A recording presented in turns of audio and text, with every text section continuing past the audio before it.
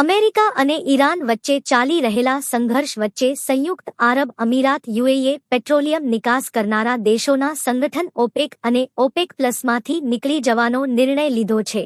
યુએઈના જણાવ્યા પ્રમાણે આર્થિક દૃષ્ટિકોણ અને બદલાતા ઉર્જા લેન્ડસ્કેપને કારણે તેણે 60 વર્ષ પછી આ જોડાણમાંથી દૂર થવાનો નિર્ણય લીધો છે. ઓપેક એ મુખ્ય તેલ ઉત્પાદક દેશોનું એક સંગઠન છે જે વૈશ્વિક તેલ પુરવઠા અને ભાવને પ્રભાવિત કરવા માટે ઉત્પાદન નીતિઓનું કરે છે.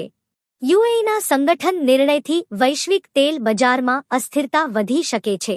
આ ઘટનાક્રમ ભારતને પણ અસર કરશે. યુએઈએ એક નિવેદનમાં બતાવ્યું હતું કે તે ઓપેક્સ પ્લસમાંથી પણ નીકળી રહ્યું છે, જેમાં રશિયા પણ સામેલ છે. આ પગલાને ઓપેક્સ અને તેના મુખ્ય સભ્ય સાઉદી અરેબિયા માટે એક મોટો ઝટકો મનાય છે. આ જૂથ સામૂહિક રીતે વિશ્વના આશરે 36% તેલનું ઉત્પાદન કરે છે અને વૈશ્વિક તેલ ભંડારના આશરે 80% પર નિયંત્રણ રાખે છે.